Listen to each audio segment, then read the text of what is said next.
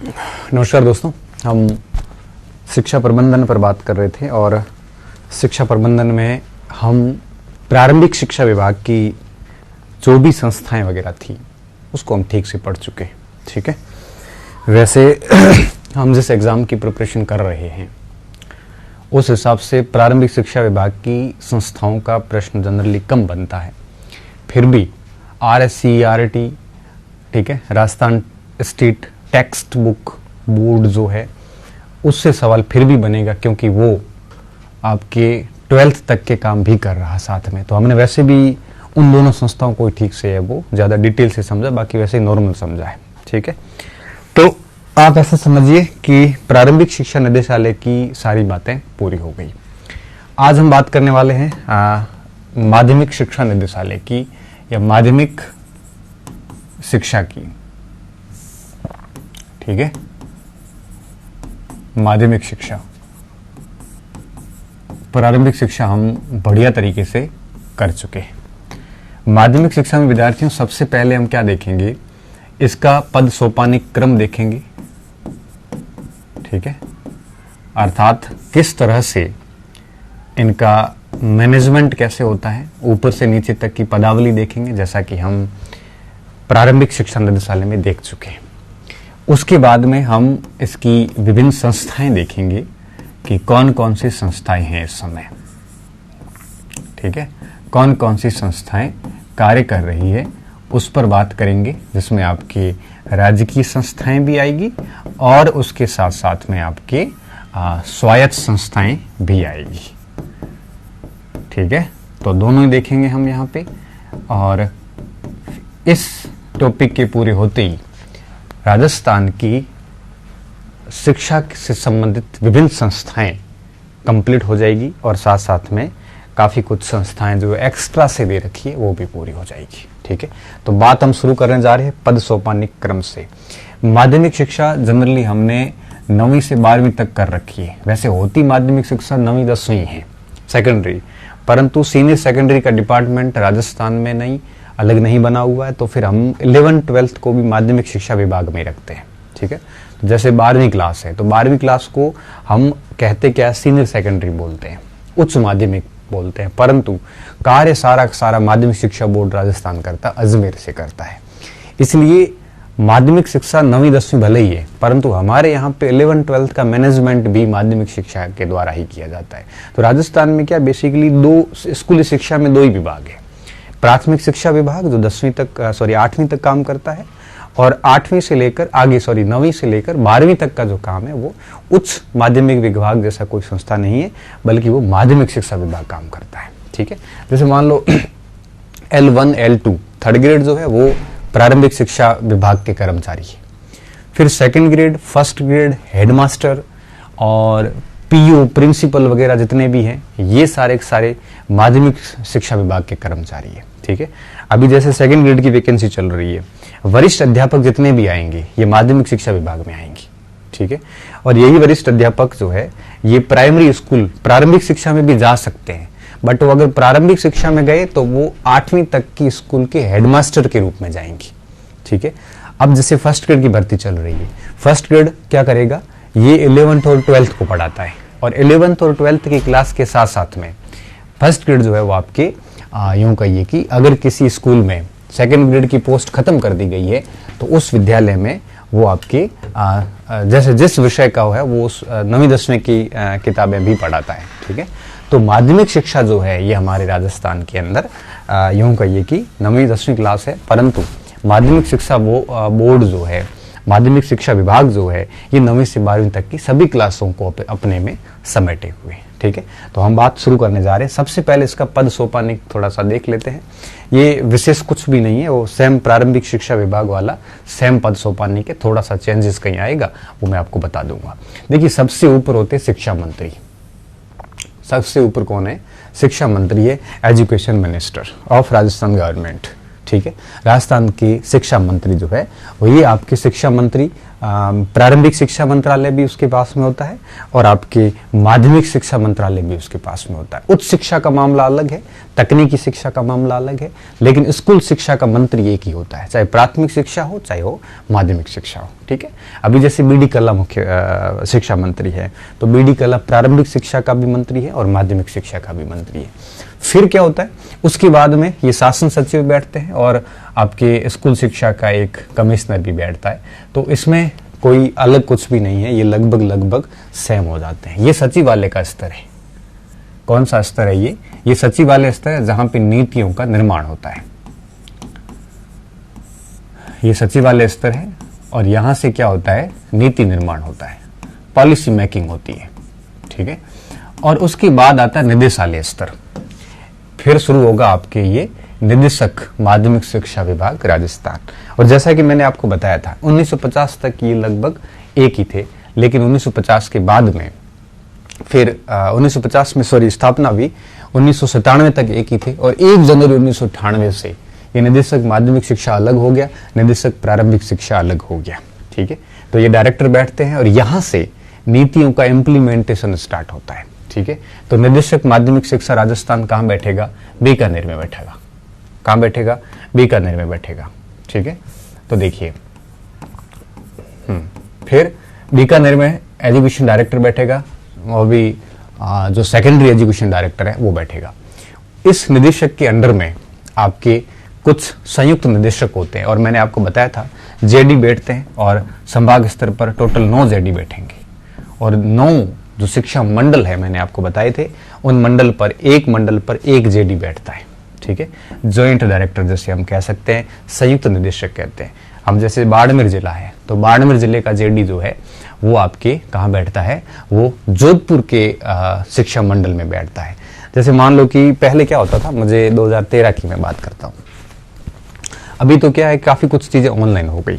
13 में क्या हुआ था, मेरा जैसे ही 2 साल का एज ए सेकंड ग्रेड पूरा हुआ, प्रोबेशन पूरा हुआ 13-14 में। प्रोबेशन पूरा होने के बाद में फिर मेरी यहाँ से रिपोर्ट गई जिला शिक्षा अधिकारी बाड़मेर के पास में मेरे स्कूल से, और वहाँ से उन्होंने भेजा जॉइंट डायरेक्टर के पास में। ठीक है, जॉइंट डायरेक्टर ने फाइल क्लियर की और वहाँ से मेरा फिक्सेशन लेटर वापस आया। मतलब हमारे को डायरेक्टर तक जाने की जरूरत नहीं पड़ी, हमारा जॉइंट डायरेक्टर जोधपुर जो है वहाँ से फिक्सेशन हो गया। और सेकंड ग्रेड के अंदर पोस्टिंग भी जॉइंट डायरेक्टर देता है। जैसे आप सेकंड ग्रेड जैसे मान लो की तैयारी की और बन गए, तो निदेशक क्या करेगा, मंडल आवंटन करेगा। आपको जो भी मंडल मिल गया, जैसे जोधपुर मंडल मिला तो जोधपुर में एक जेडी बैठता, वहां से आपको नियुक्ति मिलेगी। जिस मंडल आवंटित हुआ उस मंडल के जो जिले हैं वो हमने पिछले लेक्चर में देखे थे, उन जिलों में आपको कहीं ना कहीं पोस्टिंग मिलेगी। ठीक है, तो जॉइंट डायरेक्टर बैठते हैं। जॉइंट डायरेक्टर टोटल 9 बैठते हैं यहाँ पे 9 मंडलों के ऊपर। हालांकि बहुत सारे और भी जॉइंट डायरेक्टर होते हैं, कई सारी शाखाएं और होती है इसके अंदर। तो राजस्थान भर में 30-40 जॉइंट डायरेक्टर हैं, लेकिन मेन 9 जॉइंट डायरेक्टर होते हैं। ठीक है, जॉइंट डायरेक्टर अपना रिपोर्ट जो है वो जिला शिक्षा अधिकारी को देता है, डीओ को देता है। सामान्य नामकरण आजकल चेंज कर दिए गए, chief education, district education officer वगैरह, ये इतना इंटरेस्टिंग भी नहीं है और इतना महत्वपूर्ण भी नहीं है। ठीक है, जिले के ऊपर एक जिला शिक्षा अधिकारी बैठता है।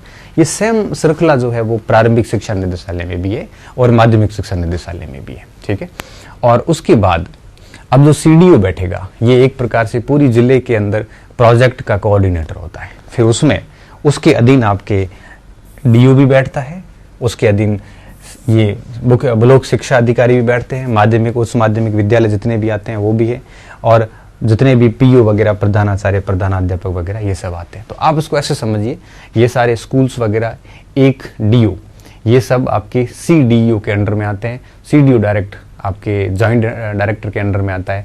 जॉइंट डायरेक्टर आदेश लेता है डायरेक्टर से, डायरेक्टर आदेश लेता है कमिश्नर से, कमिश्नर आदेश लेता है सेक्रेटरी से, सेक्रेटरी आदेश लेता है शिक्षा मंत्री से। भली वो अनपढ़ हो, ठीक है। तो इनका क्या सिस्टम रहता है, तो सबसे ऊपर शिक्षा मंत्री, शिक्षा मंत्री से ऊपर अपन कहते हैं मुख्यमंत्री, शिक्षा मंत्री के नीचे सेक्रेटरी आ जाता है, और जो सेक्रेटरी बैठेगा प्रमुख शासन सचिव, वहां से ऑर्डर निकलेंगे, वो डायरेक्टर से बात करता है, कमिश्नर से। आजकल कमिश्नर भी आ गए, तो कमिश्नर नियुक्त करे ना करे ये सरकार के ऊपर है। कमिश्नर को ऑर्डर देता है, कमिश्नर बात करता है डायरेक्टर को, ठीक ठीक है, डायरेक्टर बीकानेर को, डायरेक्टर करता है अपने जॉइंट डायरेक्टर को, जो इसमें जयपुर में भी होगा, जोधपुर में भी होगा, बीकानेर में भी होगा, पाली में भी होगा, ठीक है। तो इस तरह से 9 जॉइंट डायरेक्टर तक बात आती है। जॉइंट डायरेक्टर क्या करता है, ये जिला परियोजना समन्वयक जो है आपके सीडीओ जैसे अपन बोलते हैं, ये आजकल नई नई पोस्ट क्रिएट की गई है, उसकी बात करता है। और ये फिर आपके जिला मुख्यालय पर जो भी जिला शिक्षा अधिकारी है वहां से ये बात होती है, और फिर अगर प्रारंभिक शिक्षा स्कूल से सीधी रिलेटेड है तो ब्लॉक शिक्षा अधिकारी से बात होती है, और कई बार यहाँ से बात यहाँ से होती हुई भी नीचे आती है, ठीक है। तो ये पूरी स्कूल्स वगैरह है, ये इस तरह से ये सिस्टम काम करता है राजस्थान के अंदर माध्यमिक शिक्षा विभाग का, ठीक है। अब माध्यमिक शिक्षा विभाग के अंदर जैसे मान लो आप फर्स्ट ग्रेड बन के जाओगे आगे, अब जब आप फर्स्ट ग्रेड बन के जाओगे व्याख्याता बन के, तो आपका क्या होगा, आपके सबसे पहले डॉक्यूमेंट्स आरपीएससी चेक करेगा। आरपीएससी डॉक्यूमेंट चेक करने के बाद में फिर आरपीएससी क्या करेगा, आपके डॉक्यूमेंट्स जो है वो एक कॉपी चली जाती है शिक्षा निदेशालय बीकानेर के पास में, ठीक है। माध्यमिक शिक्षा विभाग जो है बीकानेर का, वहां चली जाती है। यहाँ आपको काउंसलिंग के लिए बुलाया जाता है, ठीक है। यहाँ आपकी काउंसलिंग होगी, काउंसलिंग के लिए अलग से डॉक्यूमेंट्स नहीं ले जाने पड़ते, वहाँ पे केवल एक फॉर्म हल्का सा भरवा के और ऑनलाइन काउंसलिंग होती है, ठीक है। यहाँ काउंसलिंग होने के बाद में फिर अगर आप फर्स्ट ग्रेड की बात कर रहा हूँ मैं, तो अब यहाँ काउंसलिंग होने के बाद में आप घर आ जाओगे। घर आने के बाद ये निदेशक ही आपके क्या करेगा, एक यूँ कहिए कि नियुक्ति आदेश जारी करेंगे, और नियुक्ति आदेश आपको डीओ तक ले जाने की जरूरत नहीं पड़ती, सीधा आप स्कूल में जाओगे और पीओ से आप ज्वाइन कर लोगे, ठीक है। बीच में किसी की भी कोई ज़रूरत पड़ती नहीं है। लेकिन अगर आप सेकंड ग्रेड में करवा रहे हैं तो सेकंड ग्रेड का काम निदेशक नहीं करता, संयुक्त निदेशक करता है, ठीक है। और थर्ड ग्रेड का काम तो आपको पता ही है कि जिला शिक्षा अधिकारी, जिला परिषद मिलकर कर लेते हैं। इसमें देखो लोकल सेल्फ गवर्नमेंट का कोई योगदान नहीं, जैसा हम थर्ड ग्रेड में देख रहे थे ना, जिसमें आपके जिला परिषद, पंचायत समिति वगैरह उनका भी योगदान होता है, बट माध्यमिक शिक्षा में इनका कोई योगदान नहीं है। माध्यमिक शिक्षा में तीसरे लेवल का कोई योगदान नहीं है, ठीक है।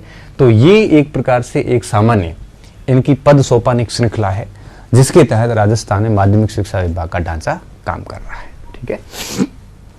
अब इनके कोई ऐसे काम याद नहीं रखने आपको, ये परीक्षा में पूछते भी नहीं है, बस ये है कि थोड़ा सा आप चूंकि विद्यालयों में अब आने के लिए रेडी हो गए हैं, तो आपको थोड़ा सा इसका ज्ञान होना चाहिए। बाकी ये कोर्स में नहीं है, आप ऐसे समझ के चलिए कि ये कोर्स में नहीं है। फिर भी हम क्यों पढ़ रहे हैं, क्योंकि आपको पूर्व ज्ञान हो जाएगा, ठीक है। थोड़ा सा आपको पद श्रृंखला पता होनी जरूरी है, बाकी इसमें कुछ भी नहीं है, एक भी पॉइंट ऐसा नहीं जो कोर्स में आ सके।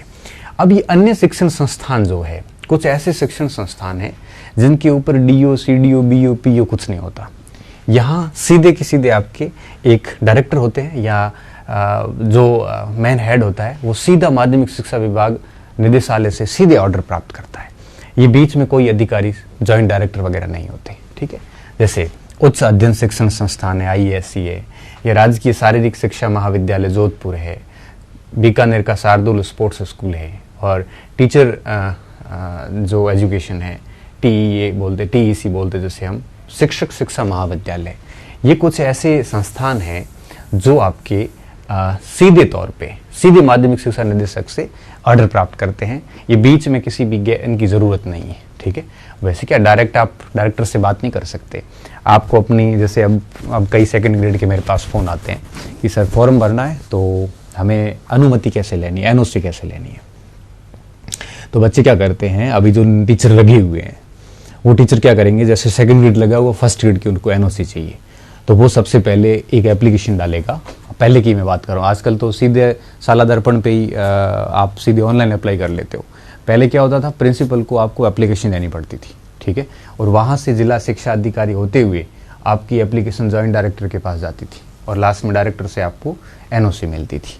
ये पूरे चैनल के थ्रू काम होता है। लेकिन अगर आप यहाँ कहीं लगे हुए हो तो आपको यहाँ इस चैनल को फॉलो करने की जरूरत नहीं है, आप डायरेक्ट एप्लीकेशन माध्यमिक शिक्षा निदेशालय को भेज सकते हो, ठीक है, और यहाँ से सीधी NOC प्राप्त करोगे। जैसे कोई LDC लगा हुआ है, ठीक है, जैसे कोई पुलिस विभाग में कांस्टेबल है, तो कांस्टेबल को NOC चाहिए, तो कांस्टेबल के लिए ये चैनल नहीं है। क्यों? क्योंकि वो इस विभाग का कर्मचारी नहीं है। कांस्टेबल क्या करेगा, कांस्टेबल अपने जो CO साहब है, CO यहाँ पे इनके CO नहीं कहते, पुलिस अधिकारी जो है, वहाँ से प्राप्त करता है। ठीक है, कोई एलडीसी लगा हुआ है तो वो राजस्थान शासन विभाग से अपनी एनओसी प्राप्त करता है, कोई सैनिक है तो वो अपने सीओ से एनओसी प्राप्त करता है। ठीक है, तो सबका अपना अपना क्या है, एक चैनल बना हुआ है। इनका ऐसा कोई चैनल नहीं है, ये संस्थान सीधे तौर पर डायरेक्टर के काम अधीन आ जाते हैं। ठीक है, तो ये इनका एक ये था। अब माध्यमिक शिक्षा से संबंधित कौन कौन सी संस्थाएं हैं जो काम कर रही है, वापस वही बात आती है, कुछ संस्थाएं जो है वो राज्य की संस्थाएं हैं, गवर्नमेंट बॉडी है, और कुछ संस्थाएं जो आपकी स्वायत्त शासी है। मैं आपको पहले ही बता चुका हूं कि ऐसे सारे शब्द जो आपके, जिनके पीछे जो बोर्ड हो गया, राजस्थान स्टेट ओपन बोर्ड भी है यहाँ पे, फाउंडेशन हो गया, परिषद हो गई, ठीक है, काउंसिल जिसे अपन कह सकते हैं, एकेडमीज हो गई, ये सारे स्वायत्त शासित संस्था होती है। ठीक है, हमने पिछले प्रारंभिक शिक्षा में भी देखा, चाहे वो बोर्ड हो, चाहे मंडल हो, चाहे परिषद हो, ये सारे स्वायत्त शासी होते हैं। ये सारे स्वायत्त शासी हो गए। इसमें अगर आप देखोगे तो संस्थान जितने भी हैं, निदेशालय हैं, ठीक है, महाविद्यालय हैं, विद्यालय हैं, ये सारे किस में आ जाते हैं, राजकीय संस्थान में आ जाते हैं। ठीक है, तो कहने का मतलब क्या हुआ, कहने का मेरा साफ मतलब है यहाँ पे कि कुछ संस्थाएं माध्यमिक शिक्षा विभाग के अंदर ऑटोनॉमस है, कुछ गवर्नमेंटल बॉडीज हैं। ठीक है, तो अब हम क्या करने वाले हैं, अब हम एक एक को समझेंगे। ठीक है, पहले हम क्या कर रहे हैं, पहले हम राजकीय संस्थाओं को देख लेते हैं जो सीधे निदेशालयों के से ऑर्डर प्राप्त करती है। ये सेम संस्थाएं हैं, उच्च शिक्षण संस्था, राजकीय शारीरिक शिक्षा महाविद्यालय, तो राजकीय शारीरिक शिक्षा महाविद्यालय हो गया, उच्च अध्ययन शिक्षण संस्थान, उच्च अध्ययन शिक्षा संस्थान या शिक्षण संस्थान, शिक्षा निदेशालय हो गया, और विद्यालय सारे आ जाते हैं। इसमें पढ़ने की जरूरत पड़ती नहीं है इतनी। तो अब देखिए, अब हम क्या करेंगे, अब हम पढ़ेंगे एक एक को। सबसे पहले हम पढ़ेंगे माध्यमिक शिक्षा निदेशालय को। ये इतना याद रख लेना कि निम्नलिखित में से कौन सी संस्थाएं। ठीक है, अब देखो इसमें कई सारी चीजें ऐसी जो एक्स्ट्रा भी परीक्षा में कोर्स में है, ये अलग से भी दिया हुआ है, ये भी अलग से दिया हुआ है, और ये भी अलग से दिया हुआ है। ठीक है, माध्यमिक शिक्षा परिषद को तो हम पढ़ चुके हैं। कहा माध्यमिक शिक्षा परिषद को हमने, माध्यमिक शिक्षा परिषद और प्रारंभिक शिक्षा परिषद दोनों को विलय कर दिया गया है, और राजस्थान काउंसिल फॉर एजुकेशन, ठीक है, नहीं, राजस्थान स्टेट का काउंसिल फॉर एजुकेशन, वो कंप्लीट हम पहले पढ़ चुके हैं उसको। ठीक है, तो कहने का मतलब है कि अब हम बात शुरू कर रहे हैं माध्यमिक शिक्षा निदेशालय बीकानेर से। ठीक है, प्रारंभिक शिक्षा निदेशालय को पहले पढ़ा था, और अब माध्यमिक शिक्षा पर बात चलेगी, और हम माध्यमिक शिक्षा को है वो समझने वाले हैं। ठीक है, अब हम बात शुरू करे जा रहे हैं, थोड़ा पानी पी लेते हैं।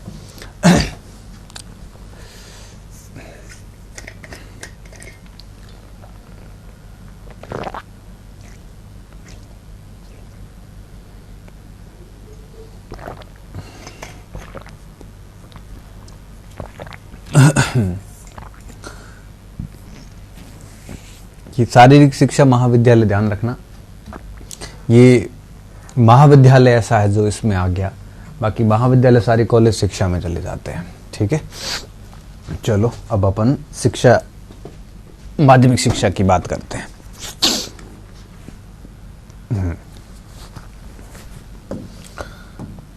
बहुत इंटरेस्टिंग है ये सब चीजें, एक दो बार उसको ठीक से रिवीजन करोगे ना तो आपको दिक्कत भी नहीं आएगी। माध्यमिक शिक्षा निदेशालय बीकानेर,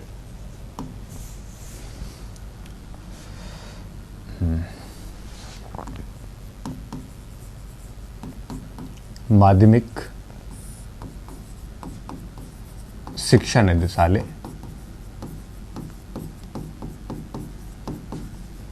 बीकानेर। ठीक है,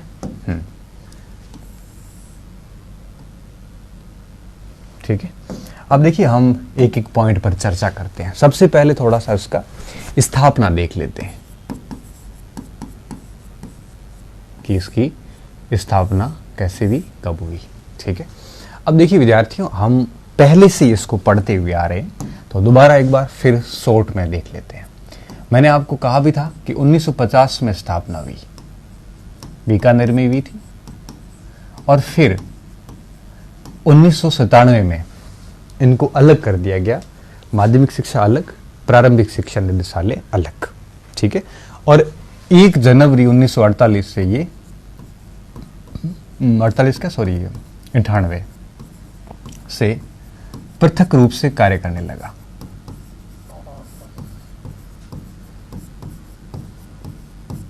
ठीक है, कार्य कर रहा। तीसरी बात इसमें क्या हमने पढ़ी थी, तो इसका जो हेड होगा वो डायरेक्टर होगा, निदेशक होगा, जो सीनियर आरएएस भी हो सकता है, आईएएस, जनरली आईएएस लगाते हैं। ठीक है, और इस निदेशक की नियुक्ति सरकार के द्वारा की जाती है, फिक्स कोई टेन्योर नहीं है। ठीक है, इसका प्रमुख डायरेक्टर होता है।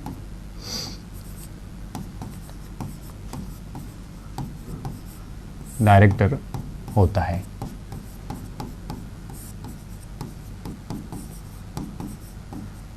जिसका कार्यकाल निर्धारित नहीं है, कार्यकाल की कोई सुरक्षा नहीं है।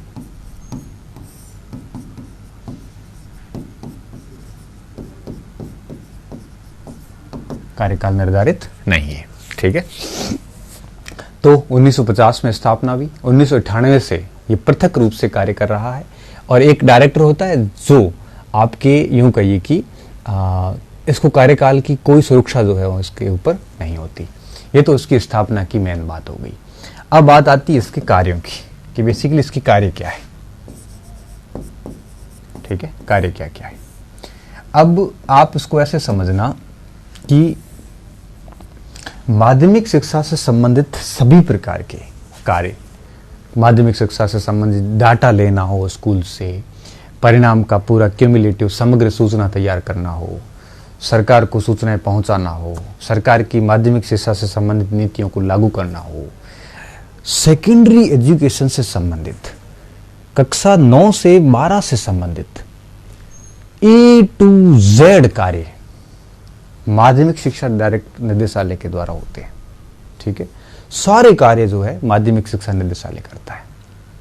और हालांकि वो अलग बात है कि उन कार्यों को करने के लिए इन्होंने सारी शक्तियां डाइवर्ट कर रखी है, कुछ कार्य माध्यमिक शिक्षा बोर्ड को दिए गए हैं, परंतु ये सरकार और स्कूल के बीच की एक एजेंट एजेंसी है। स्कूल से जो भी डाक जाएगी वो माध्यमिक शिक्षा निदेशालय से होकर जाती है। तो ये संस्था जो है ये माध्यमिक शिक्षा से संबंधित विभिन्न प्रकार के रिकॉर्ड्स रखने से लेकर और सभी प्रकार के कार्यों को सफलतापूर्वक करवाने में एक प्रकार से योगदान देता है। ठीक है, तो पहला कार्य क्या हुआ, माध्यमिक शिक्षा से संबंधित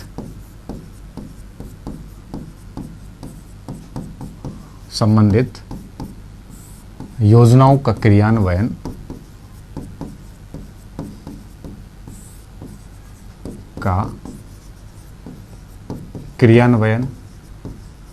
योजनाओं को इम्प्लीमेंट करना, प्रबंधन, आंकड़े, समय सारणी।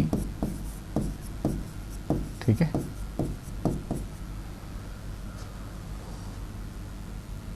समय सारणी इत्यादि का कार्य। इसमें आप कई सारी चीजें और जोड़ सकते हो, क्योंकि ये सभी प्रकार के जो कार्य है ये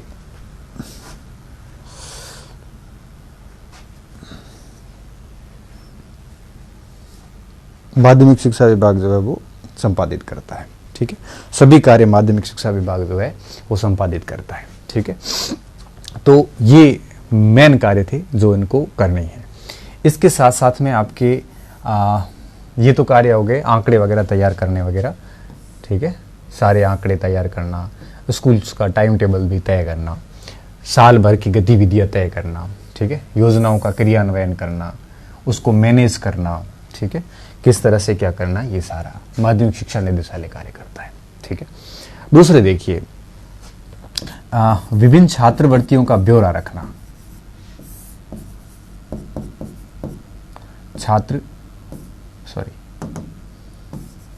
वृत्तियों का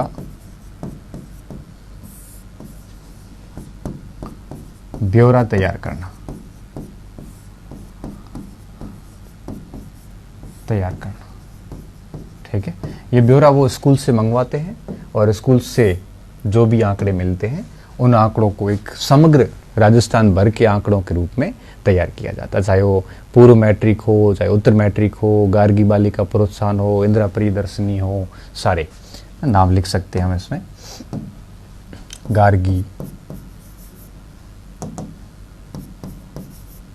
ठीक है, पूर्व व उत्तर मैट्रिक छात्रवृत्ति हो, चाहे वो आपकी इंदिरा प्रियदर्शनी योजना हो,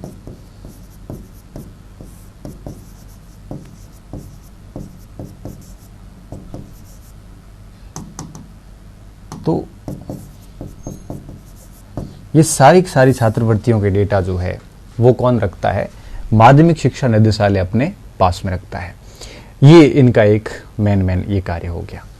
इसके साथ साथ इनका अन्य भी कई सारे कार्य हैं, जैसे कुछ पत्रिकाओं के प्रकाशन भी करते हैं। जैसे मैंने आपको कैलेंडर में बताया था सिविरा का, शिक्षा विभाग राजस्थान। अब सिविरा का पब्लिकेशंस जो है वो शिक्षा विभाग राजस्थान का जो प्रकाशन है वो इसी के द्वारा किया जाता है। ठीक है, तो सिविरा का पब्लिकेशन कौन करता है? वो भी माध्यमिक शिक्षा निदेशालय करता है। ठीक है, मंथली करता है। उसमें स्कूल से संबंधित सभी प्रकार की गतिविधियां होती है, चाहे वो आपके खेल कार्यक्रम कब आयोजित करने हैं या कौन सा पीरियड समय, स्कूल का समय ऊपर नीचे कब करना है, किस समय करना है, और स्कूल के टूर कहाँ ले जाने हैं, है ना, ये सारी चीजें हैं वो माध्यमिक शिक्षा निदेशालय करता है। तो देखिए कार्यों में विभिन्न प्रकाशन,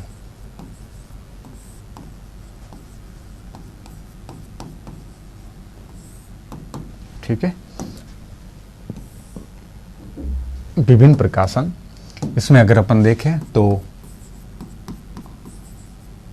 सिविरा अर्थात शिक्षा विभाग राजस्थान। ठीक है, अब इस सिविरा का जो प्रकाशन है वो इन्हीं के द्वारा किया जाता है। सिविरा मासिक पत्रिका है और इसमें यूं कहिए कि राज्य से संबंधित, शिक्षा से संबंधित इसमें क्या क्या चीजें होती है सिविरा में? सिविरा में आपके जितने भी नवीन संशोधन हुए हैं, ठीक है, क्योंकि जो भी नवीन आदेश वगैरह आए हैं तो वो आपके यूं कहिए कि शिक्षा विभाग से संबंधित सभी प्रकार के आदेश जो है इसमें पब्लिश होते हैं। ठीक है, शिक्षा विभाग के आदेश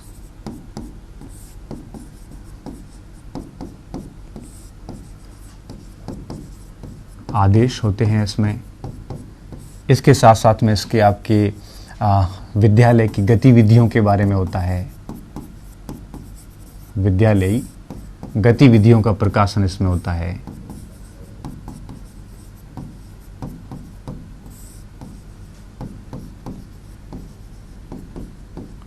ठीक है, इसके साथ साथ में आपके विद्यालय गतिविधियों में आप कह सकते हो जिसमें जैसे खेल का कार्यक्रम आ गया,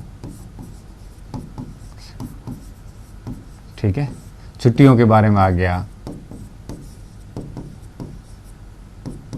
ठीक है, इसके बाद इसके अलावा आपके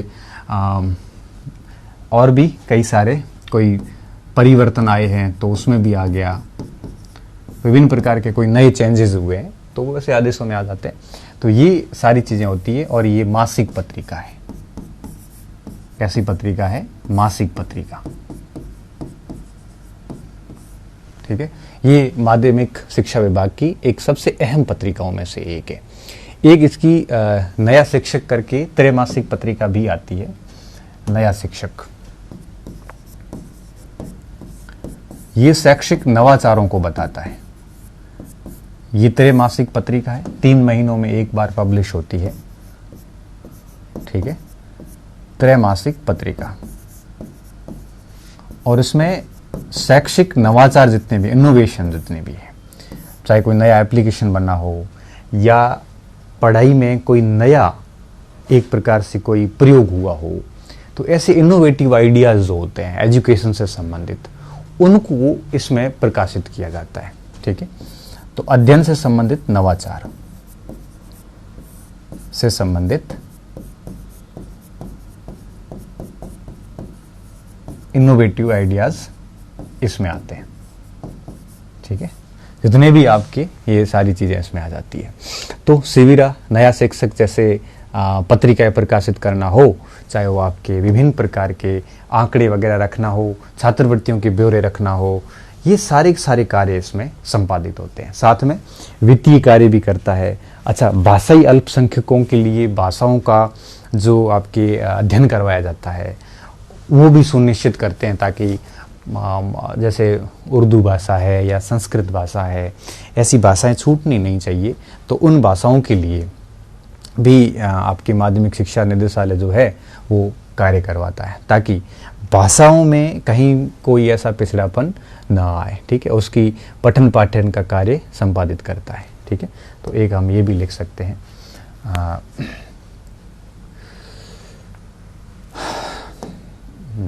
जगह नहीं बची, यहाँ लिख लेते हैं, नया ही लिख लेते हैं।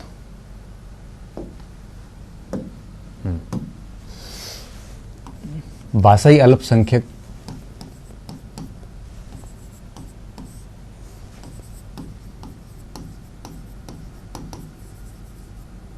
एक विभाग बना हुआ है इसके अंदर। ये इसमें क्या होता है, इसमें जो भी भाषाएं लुप्त प्राय भाषाएं हैं, जैसे उर्दू हो गई, ठीक है, पंजाबी हो गई, जो कम है राजस्थान में, सिंधी हो गई, ठीक है, ऐसी भाषाओं के बारे में ये लोग क्या करते हैं, सामग्री पब्लिश करवाते हैं और इनका पठन पाठन सुनिश्चित करवाते हैं।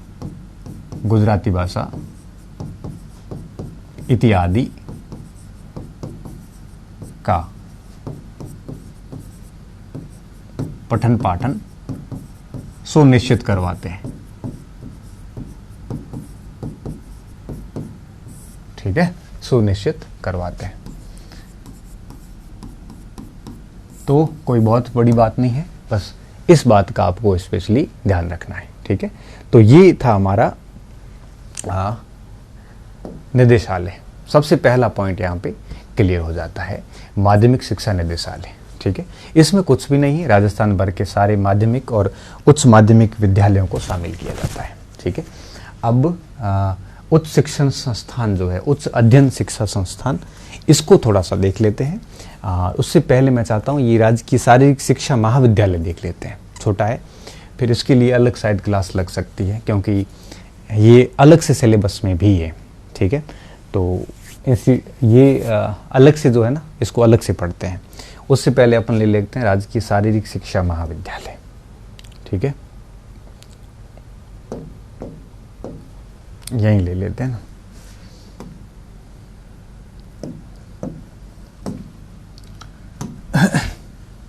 दूसरे नंबर पे राजकीय शारीरिक शिक्षा, राजकीय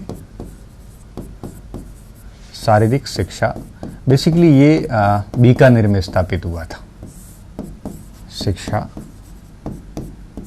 महाविद्यालय।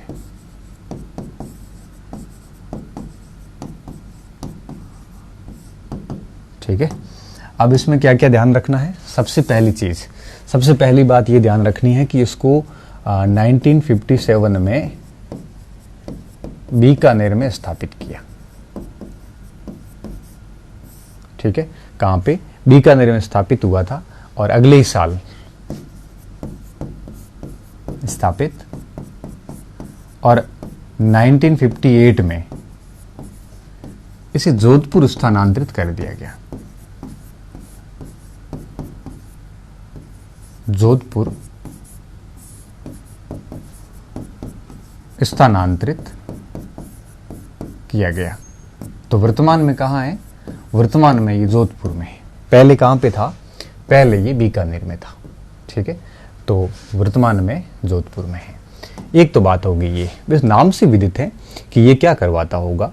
ये बेसिकली आपके बीपीएड और डीपीएड कराता होगा, bachelor of physical education and diploma in physical education. ठीक है, तो जो पीटीआई की भर्ती आती है, तो पीटीआई भर्ती जो आती है उसमें आपके जो फिजिकल टीचर होते हैं, शारीरिक शिक्षक होते हैं, इनका प्रशिक्षण करवाया जाता है यहाँ पे। ठीक है, तो इसके कार्य लिख लेते हैं।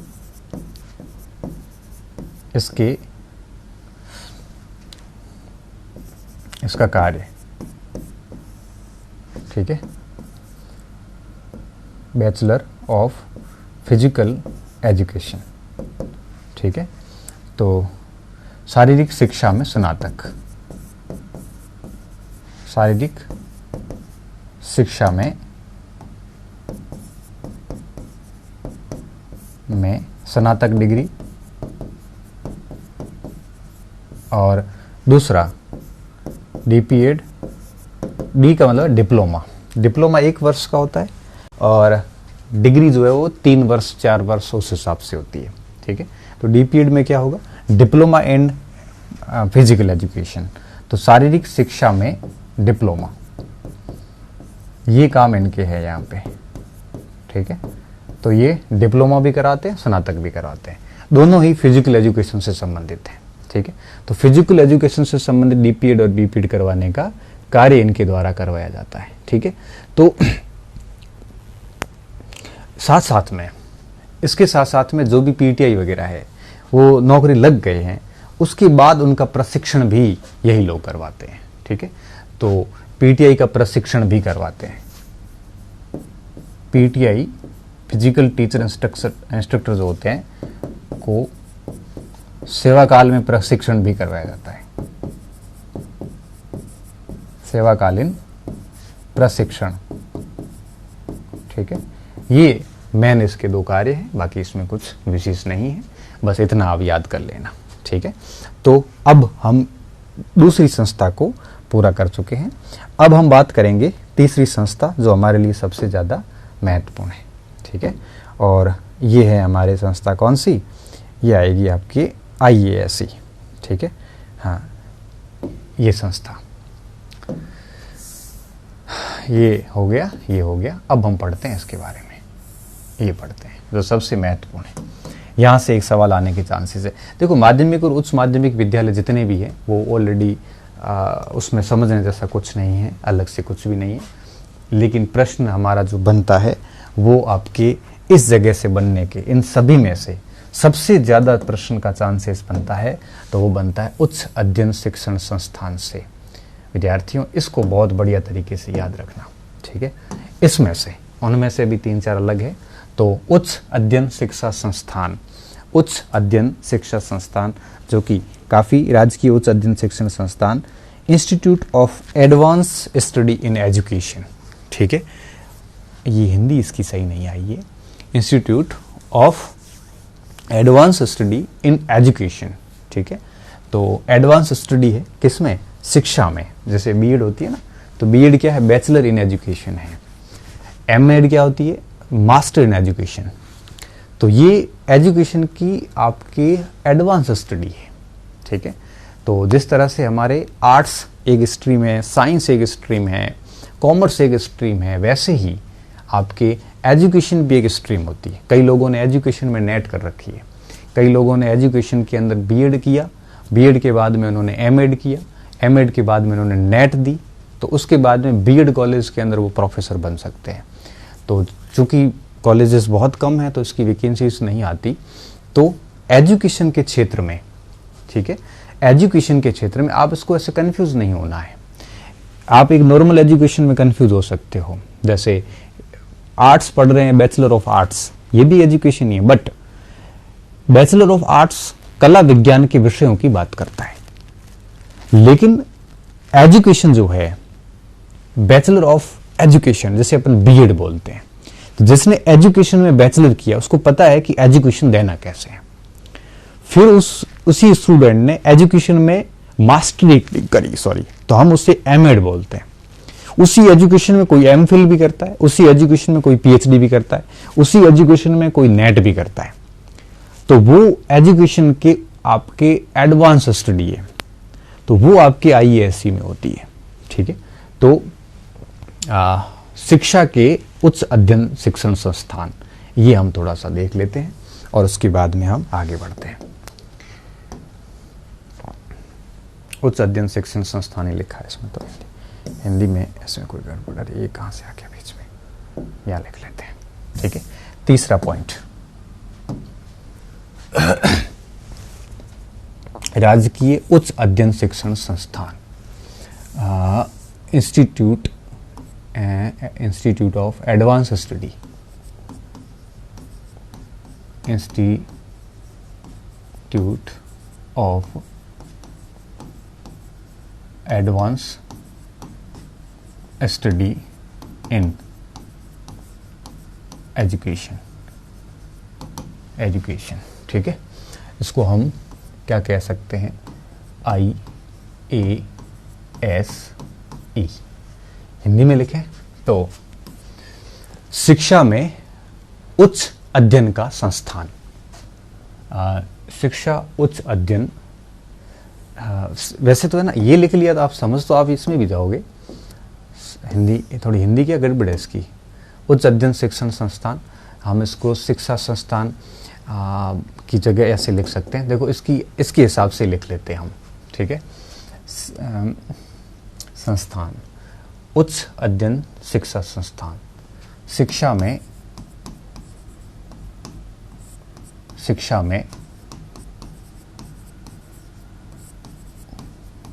उच्च अध्ययन संस्थान। तो हिंदी में भरेंगे तो उच्च अध्ययन शिक्षा संस्थान अपने आप ही आ जाएगा, ठीक है। तो वो आप क्या अपने को अपने हिसाब से समझना है, ठीक है। तो उच्च अध्ययन शिक्षा संस्थान भी आ जाता है, जैसा कि यहाँ पे आया हुआ पड़ा है, ठीक है। उच्च अध्ययन शिक्षा संस्थान भी आ गया। और अगर इसको वैसे सेट करें तो शिक्षा में उच्च अध्ययन संस्थान, वैसे ये सबसे ज़्यादा सही है, ठीक है। और आपको अगर वो नहीं जच रहा है तो ये भी लिख सकते हो, उच्च अध्ययन शिक्षा संस्थान, उच्च अध्ययन शिक्षा संस्थान। ये क्या हिंदी अंग्रेजी में गड़बड़ चलता है सबके, अपने नहीं चलता ये सब अब, ठीक है। तो मैं ऐसे याद करके रखता हूँ, शिक्षा में उच्च अध्ययन संस्थान, ठीक है।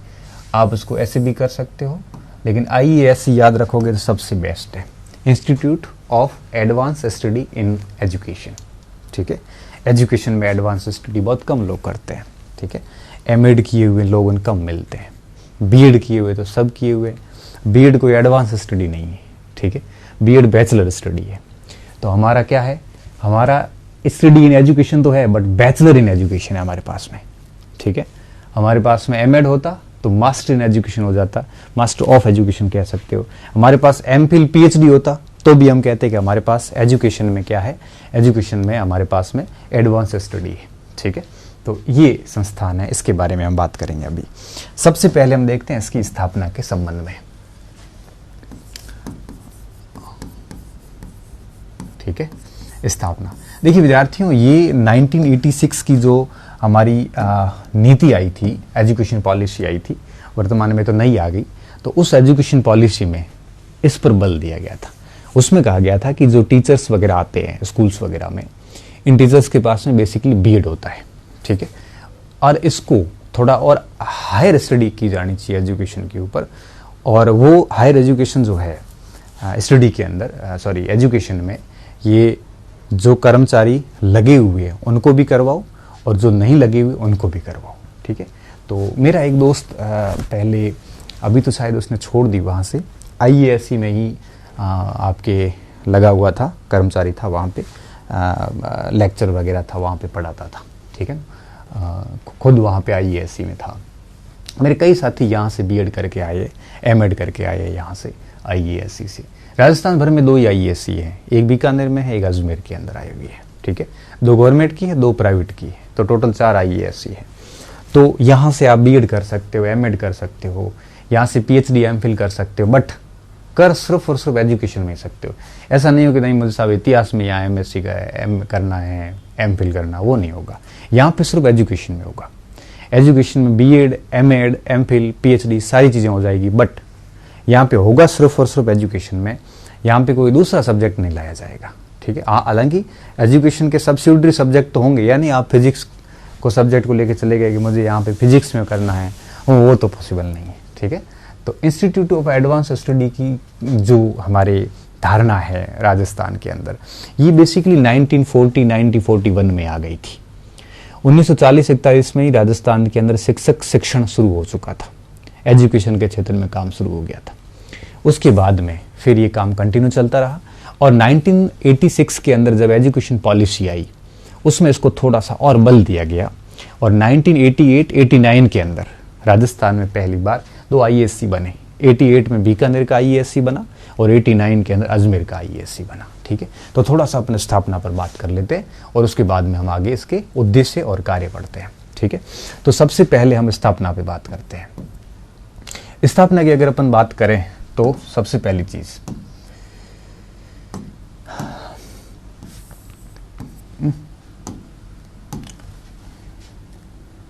1986 की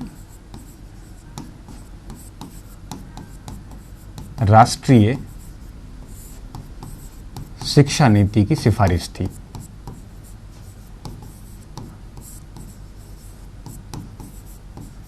सिफारिश किसकी थी?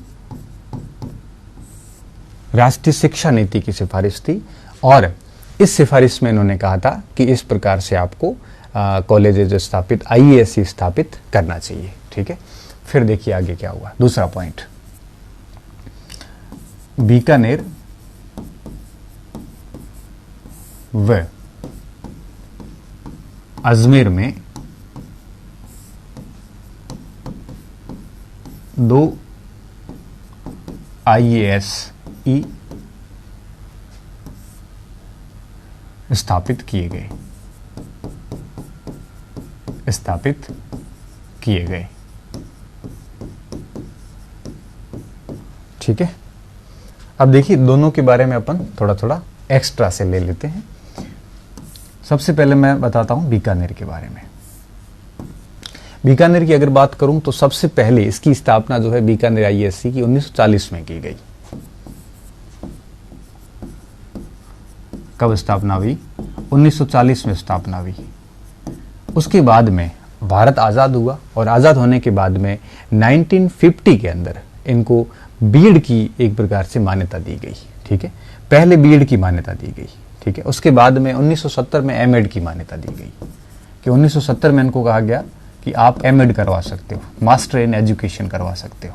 ठीक है, और फिर शिक्षा नीति की सिफारिश के बाद में 1988 में इसको आईएएससी का दर्जा दिया गया।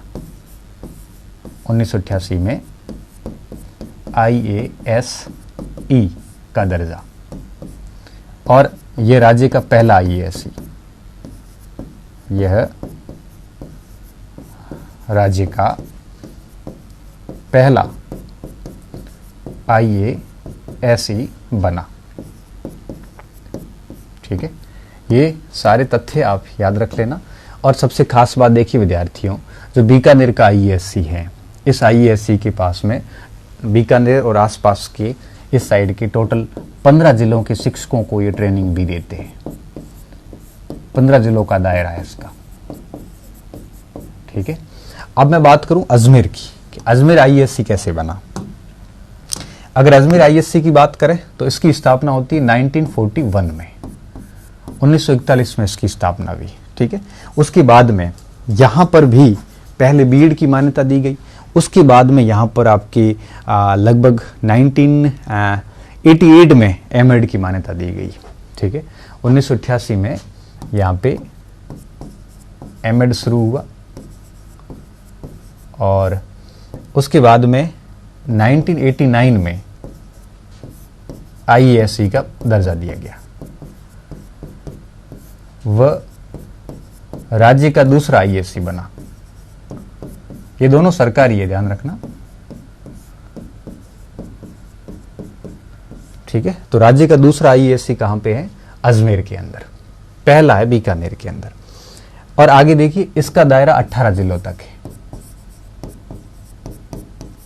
18 जिलों तक इसका दायरा है। ठीक है, तो हमारे राजस्थान में आईएएससी कब स्थापित हुए? तो आप कहोगे 88 और 89 में। 88 में हुआ बीकानेर का, 89 में हुआ अजमेर का। ठीक है, 88-89 दोनों की रिकमेंडेशन किसने दी थी? राष्ट्रीय शिक्षा नीति ने इनकी रिकमेंडेशन दी थी। ठीक है, अब स्थापना का ये दूसरा फैक्ट था। उसके बाद में कई सारे प्राइवेट आईएएससी बने, कई सारे नहीं बने बल्कि मात्र 2 ही बने। ठीक है, एक आपके चूरू में बना, एक आपके उदयपुर में बना। ठीक है, तो स्थापना का तीसरा फैक्ट मैं यहां पे ला रहा हूं ये स्थापना का तीसरा फैक्ट है। 2 सरकारी क्षेत्र में आईएएससी है, जो ऊपर अभी लिखे अपन ने। तो 2 निजी क्षेत्र के भी आईएएससी है।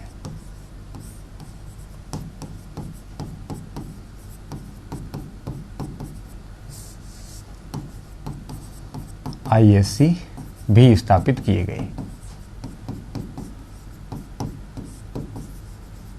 ठीक है, कौन से किए गए? तब हम कहते हैं कि आपके निजी क्षेत्र के अंदर एक आईएएससी गांधी विद्या मंदिर सरदार शहर चूरू में स्थापित किया गया। गांधी विद्या मंदिर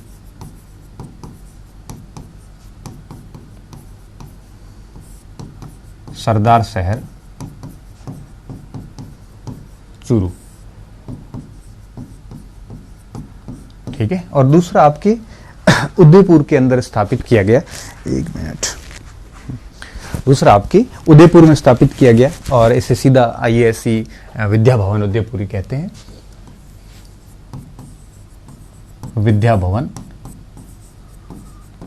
उदयपुर। ठीक है, तो कुल मिला के 2 सरकारी है और 2 है आपके निजी। तो राजस्थान भर में वर्तमान में आपके आईएएससी कितने हैं? तो 4 हैं। ठीक है, तो आपको स्थापना में इन चारों आईएएससी के बारे में स्पेशली ध्यान रखना है। ठीक है, तो ये तो एक मोटे मोटे तौर पे बात हो गई कि आईएएससी है क्या। ठीक है, तो इन institute of advance study in education, इसे हम आईएएससी कहते हैं। ठीक है, अब बात ये आती है कि इसके मुख्य मुख्य कार्य क्या है। ठीक है, तो देखिए आप, ये इसकी स्थापना हो गई।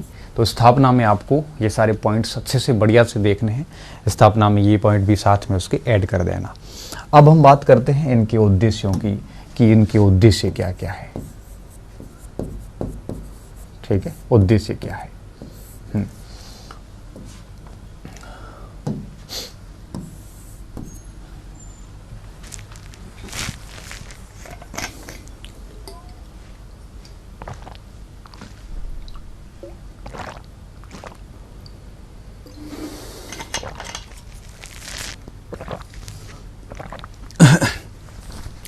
तो देखिए, उद्देश्यों की अगर अपन बात करें तो सीधा सा उद्देश्य है कि सेवा पूर्व।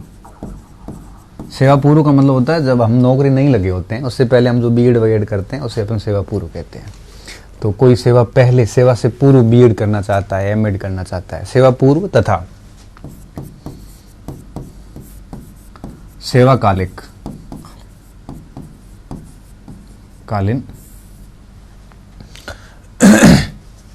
शिक्षा में उच्च शिक्षा, एजुकेशन में एडवांस स्टडी करवाना। शिक्षा में उच्च शिक्षा का क्या तात्पर्य है? बीएड करवाना, एमएड करवाना, है ना, एमफिल पीएचडी वगैरह करवाना, ये मेन कार्य होता है। सेवाकालीन कौन कौन से होते हैं?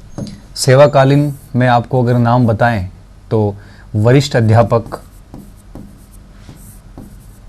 को भी ट्रेनिंग मिलती है। ठीक है, सेवा काल में व्याख्याता को यहां ट्रेनिंग दी जाती है। ठीक है, प्रधानाचार्य को ट्रेनिंग दी जाती है और जिला शिक्षा अधिकारी को भी ट्रेनिंग दी जाती है। ठीक है, तो इन सबको एक प्रकार से शिक्षा में उच्च शिक्षा हेतु यहां पे उच्च शिक्षा का कार्य। ठीक है, ये आईएएससी का एक अहम उद्देश्य है यहाँ पे। तो सेवा पूर्व और सेवाकालिक शिक्षक प्रशिक्षण का काम करना। ठीक है, तो एक तो ये सेवा से पूर्व करवा लेते। अच्छा, एक चीज और आप अगर हम भूल रहे हैं, आपको मैं थोड़ा स्पष्ट कर देता हूँ, कंफ्यूज ना होना चाहिए। सेवा से पहले, चूंकि सेवाकालीन शिक्षा है, इसको अपन थोड़ा संशोधित करेंगे, नहीं तो गड़बड़ हो जाएगा। सॉरी, इसको है ना ऐसे नहीं करते हैं क्योंकि यहाँ आप कंफ्यूजन बन सकता है। इसको अपन है ना थोड़ा सा स्पष्ट कर देते हैं। देखिए सेवा पूर्व उच्च शिक्षा में शिक्षा में उच्च शिक्षा शिक्षा में उच्च शिक्षा, ठीक है। और शिक्षा में उच्च शिक्षा का क्या तात्पर्य है? बीएड करवाना, एमएड करवाना, और आजकल आपके एमफिल भी करवाते हैं, पीएचडी भी करवाते हैं, ठीक है। सेवा पूर्व की बातें हैं ये, नौकरी जब तक नहीं लगी है तब तक आपके ये चीजें करवाते हैं। और दूसरा सेवाकालीन, हाँ अब ठीक है, अलग कर लिया, सेवाकालीन प्रशिक्षण, ठीक है। अब सेवाकालीन प्रशिक्षण का क्या तात्पर्य है? तब हम लिखेंगे यहां पे कि जो भी सेवारत कर्मचारी है, चाहे वो आपके वरिष्ठ अध्यापक हो,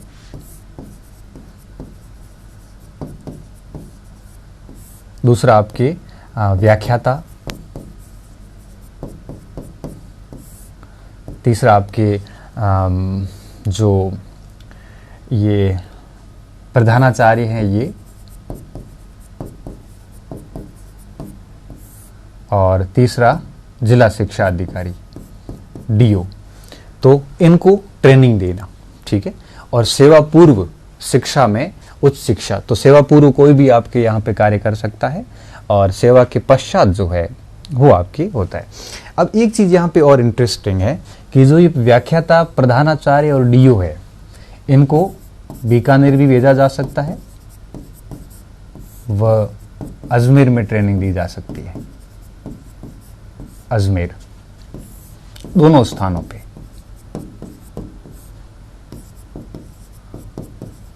पर कहीं पर भी भेजा जा सकता है। कि बाड़मेर का कोई जिला शिक्षा अधिकारी है, वो बीकानेर भी भेजा जा सकता है ट्रेनिंग के लिए, और उसको अजमेर भी भेजा जा सकता है, ठीक है। लेकिन एक सीनियर टीचर जो है, वरिष्ठ अध्यापक, इसके साथ किस्सा कुछ यूं है कि अगर वो बीकानेर या अजमेर का है तो ही उसकी ट्रेनिंग होगी, अन्यथा उनकी ट्रेनिंग नहीं होगी। बीकानेर का है तो बीकानेर आईएएससी में होगी, अजमेर का है तो अजमेर आईएएससी में होगी। बाकी बाड़मेर वगैरह के जो सीनियर टीचर लगे हुए हैं, इनकी ट्रेनिंग आईएएससी में दूर भेजने के आदेश अभी तक ऐसा कोई उल्लेख नहीं है। अजमेर में और बीकानेर के सीनियर टीचर को ट्रेनिंग दी जा रही है, बाकी जिलों में नहीं दी जा रही है, ठीक है। तो यहां आप लिख सकते हो कि संबंधित, या ऐसे लिख लो आप कि बीकानेर व अजमेर के ही सीनियर टीचर को प्रशिक्षण, बाकी जिलों को नहीं मिल रहा है, और इन तीनों को कहीं पर भी भेजा जा सकता है क्योंकि इनकी तादाद वैसे ही बहुत कम होती है, ठीक है। तो ये बात हो गई इनके मेन उद्देश्य में, तो सेवा पूर्व और सेवाकालीन प्रशिक्षण देना, ठीक है। तो सेवा पूर्व, सेवारत में आपके सारे आ जाते हैं, और सेवारत और सेवा पूर्व में तो सभी आ जाते हैं, कोई भी इसमें शेष है वो नहीं बचता, ठीक है। ये इसके उद्देश्य हो गए। अब हम लास्ट में देख लेते हैं इसके कार्य क्या क्या है और क्या क्या कार्य है, ठीक है। अगर अपन कार्यों की बात करें तो जितने भी आपके आईएएससी क्या करता है, डाइट है, सीटी है ना, इनके यूं कहिए कि पूरा का पूरा ये समन्वय करता है, ठीक है। यस, क्या करता है, इसको आप क्या कह सकते हैं, हाँ, कोऑर्डिनेशन करता है। टीचर एजुकेशन से संबंधित जितना भी कोऑर्डिनेशन बिठाना होता है डाइट के बीच में वगैरह में, ये कोऑर्डिनेशन का काम करता है, ठीक है। इसके साथ साथ में आप इसको कोऑर्डिनेशन को कुछ ऐसे लिख सकते हो कि डाइट एंड टीचर एजुकेशन के जो संस्थान है के मध्य समन्वय करना, ठीक है। सेवारत और सेवा पूर्व प्रशिक्षण देना, ठीक है। इसके अलावा आपके लघु शोध परियोजनाओं के संचालन करना,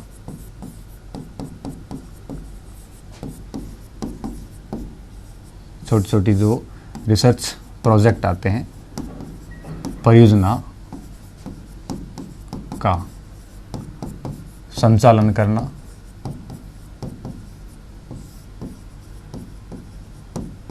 ठीक है। इसके साथ साथ अगर अपन देखें तो शिक्षा में विभिन्न प्रकार के नवाचार लाना, शिक्षा में नवाचार, ठीक है, जिसमें विभिन्न सारी शैक्षणिक विधियों, शैक्षणिक विधियां, नई नई शैक्षणिक विधियां लाना, टीचिंग मेथड जैसे हम कहते हैं, ताकि क्या है बच्चे है वो अच्छे से सीख सके और उनकी समस्याओं का आसानी से क्या हो सके, समाधान हो सके। इस हेतु ये सारी चीजें की जाती है, ठीक है। और इसके अलावा इसमें शिक्षकों के अंदर आपके व्यावसायिक उन्नयन, गुणवत्ता संवर्धन का कार्य भी करना, ठीक है। शिक्षकों की स्किल डेवलपमेंट का कौशल उन्नयन ये ट्रेनिंग के द्वारा हो जाता है। कौशल उन्नयन करना, इनकी क्वालिटीज में एनरिचमेंट लाना, गुणवत्ता संवर्धन करना, ठीक है। ये सारे कार्य जो है वो आईईएससी करता है, ठीक है। तो ये मेन उद्देश्य कार्य जो भी आप इसको कहो ये आईईएससी के हैं। तो आपको इसमें ये चीजें जो है वो स्पेशली याद रखनी थी, जो मेन बातें थी वो मैंने आपको यहाँ पे बता दी, ठीक है। ये हमारा आईईएससी है। तो ये पूरा हो जाता है यहीं पे। और अब इसमें आप स्पेशली ये याद रख लेना बस जो अभी पढ़ा है। अब नेक्स्ट क्लास में हम माध्यमिक शिक्षा बोर्ड वगैरह पे बात करेंगे, ठीक है। बहुत बहुत धन्यवाद विद्यार्थियों, अच्छे रहिए, मस्त रहिए और पढ़ते रहिए।